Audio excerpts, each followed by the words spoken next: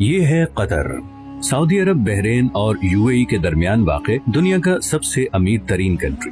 इतना अमीर कि इसकी पर कैपिटा इनकम है $1,28,000, जो कि अमेरिका, सिंगापुर और इवन पड़ोसी अरब ममालिक जैसे कि यूएई और सऊदी अरेबिया वगैरह से भी कहीं ज्यादा है। बड़ी बड़ी बिल्डिंग्स, शॉपिंग मॉल्स, महंगी गाड़ियाँ। इसीलिए कतर को मिडिल ईस्ट का वेगस भी कहा जाता है। लेकिन कतर हमेशा से ऐसा नहीं था। चंद साल पीछे चले जाएं तो कतर सिर्फ एक तपता हुआ सहरा था जिसमें गुर्बत, भूख और बोरियत के अलावा कुछ नहीं था। तो फिर ये इतनी बड़ी ट्रांसफॉर्मेशन कैसे हुई? जो देश सारे अरब कंट्रीज में से सबसे गरीब था, आज दुनिया का अमीर तरीन देश कैसे बन गया? इसके पीछे एक बहुत ही इंटरेस्टिंग कहानी है और ये कहानी बाकी सारे अरब कंट्रीज की कहानी से मुख्तलिफ है। इस वीडियो के एंड तक आप ये भी समझ चुके होंगे कि क्यों सऊदी अरब और यूएई कतर को पसंद नहीं करते और कैसे कतर आने वाले वक्त में भी अपने पड़ोसी अरब देशों के मुकाबले में ज्यादा खुशहाल और महफूज होगा।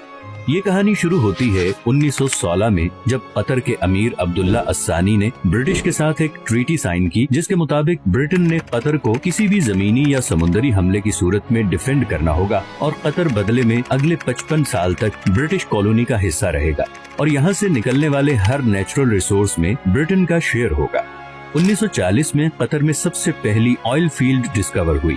1960 तक कतर में तेल की खोज और जमीन से निकालने का काम उरूज पे था और कतर के हालात आहिस्ता आहिस्ता बदलना शुरू हो चुके थे, मगर अभी भी कोई बहुत ज्यादा तब्दीली नहीं आई थी।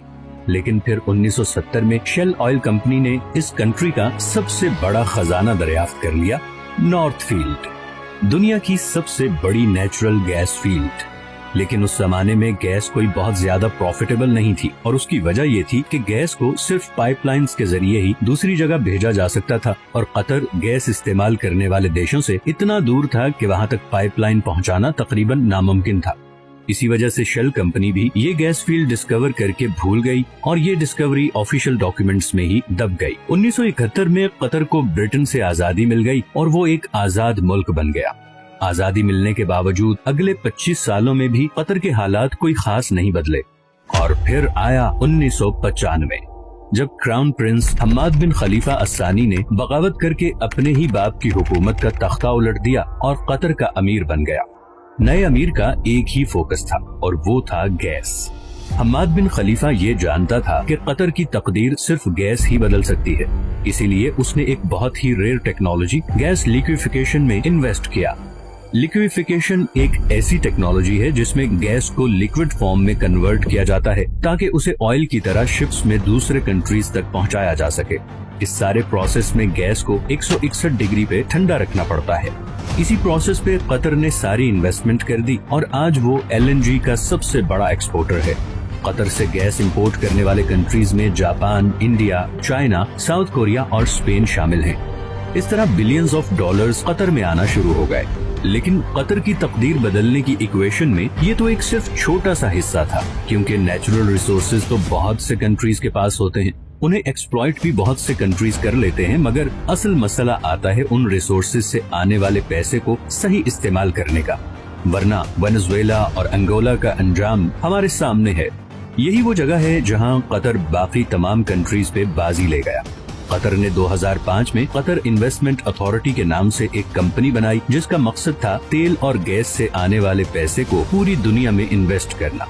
और इसीलिए आज दुनिया के हर बड़े मुल्क और हर बड़ी कंपनी में आपको कतर इन्वेस्टमेंट नजर आएगी, चाहे वो लंदन के बड़े होटल्स, ऑफिसेज और अपार्टमेंट बिल्डिंग्स हों, अमेरिका के बड़े बड़े ऑफिसेज हों या फिर मल्टी नेशनल्स जैसे कि Volkswagen, Barclays bank, Shell, Tiffany and co या फिर रॉसनेट, रशिया की सबसे बड़ी ऑयल कंपनी। इन तमाम कंट्रीज और कंपनीज में कतर की हैवी इन्वेस्टमेंट्स हैं, लेकिन ये भी कतर की टोटल इन्वेस्टमेंट्स का एक छोटा सा हिस्सा है।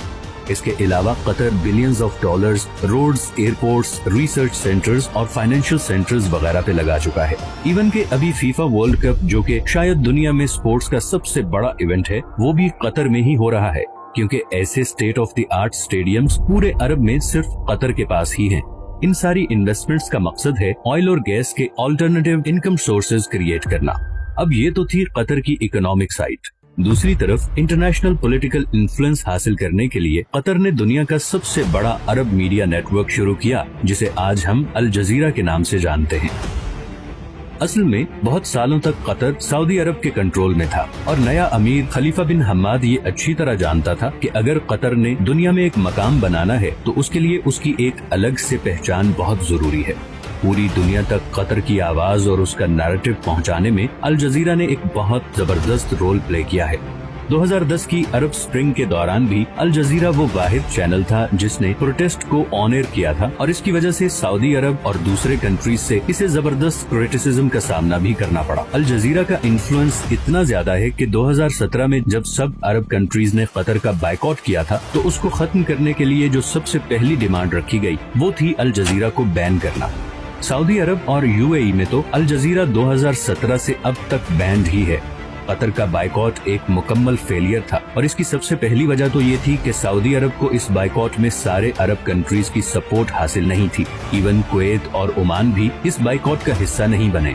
दूसरा, कतर के ईरान और तुर्की से भी बहुत अच्छे ताल्लुकात हैं, जिसकी वजह से गो के सऊदी अरब और यूएई कतर से काफी नाराज हैं, मगर इंटरनेशनली सारे कंट्रीज कतर को एक न्यूट्रल स्टेट समझते हैं और इसीलिए पूरी दुनिया में सिवाय 6 कंट्रीज के किसी ने भी इस बाइकआउट को सपोर्ट नहीं किया। कतर को गैस की वजह से एक और फ्यूचर एडवांटेज भी मिला है।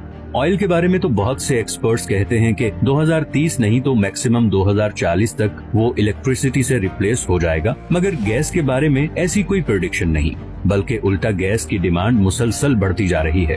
अभी रिसेंट रशियन यूक्रेन वॉर में रशिया की जानिब से गैस पाइपलाइन की ब्लॉकेज के बाद कतर गैस की डिमांड 10 गुना बढ़ गई है, क्योंकि अब यूरोपियन कंट्रीज भी गैस के लिए कतर से राबता कर रहे हैं और ये डील कतर को और अमीर बना देगी।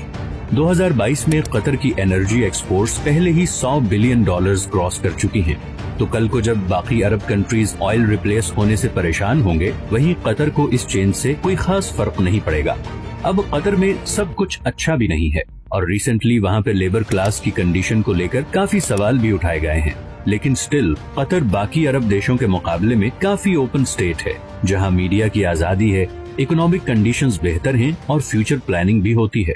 आखिर में हम आते हैं उस खित्ते की तरफ जो कि शायद नेचुरल रिसोर्सेज से मालामाल है, मगर पॉलिटिकल डिफरेंसेस, करप्शन और रिलीजियस एक्सट्रीमिज्म की वजह से इस वक्त गुर्बत, भूख और बदअमनी का शिकार है। कतर की आबादी का 60% साउथ एशियंस हैं। इंडियंस, पाकिस्तानी, बांग्लादेशी और नेपाली कतरी पॉपुलेशन का सबसे बड़ा ग्रुप हैं। अपने देश और प्यारों से हजारों मील दूर दिन रात मेहनत करते ये लोग हर वक्त ख्वाब देखते हैं कि कब इनके अपने कंट्रीज इतने खुशहाल होंगे कि इन्हें 7 समुंदर पार इस जला देने वाली गर्मी से निजात मिले। हर वक्त सोशल मीडिया पे लड़ने वाले ये लोग बाहर के कंट्रीज में बिल्कुल मिलजुल के रहते हैं, दुख बांटते हैं और एक दूसरे की मदद करते हैं, लेकिन जैसे ही वापस अपने कंट्रीज में आते हैं तो वही पुराने पॉलिटिकल एजेंडे से मुतासिर होकर एक दूसरे को बुरा कहने और समझने लगते हैं। न जाने ये हालात कब बदलेंगे, कब इस सब कॉन्टिनेंट के लोग ये फैसला करेंगे कि ये पॉलिटिशियंस की डर्टी पॉलिटिक्स का हिस्सा नहीं बनेंगे, इस ब्रेन वॉशिंग से बाहर निकलेंगे, दूसरों को भी इंसान समझेंगे और फाइनली ये फैसला करेंगे कि अब हमें अपने कंट्री को उस मुकाम तक लेके जाना है जहाँ पे आज नॉर्वे और कतर है।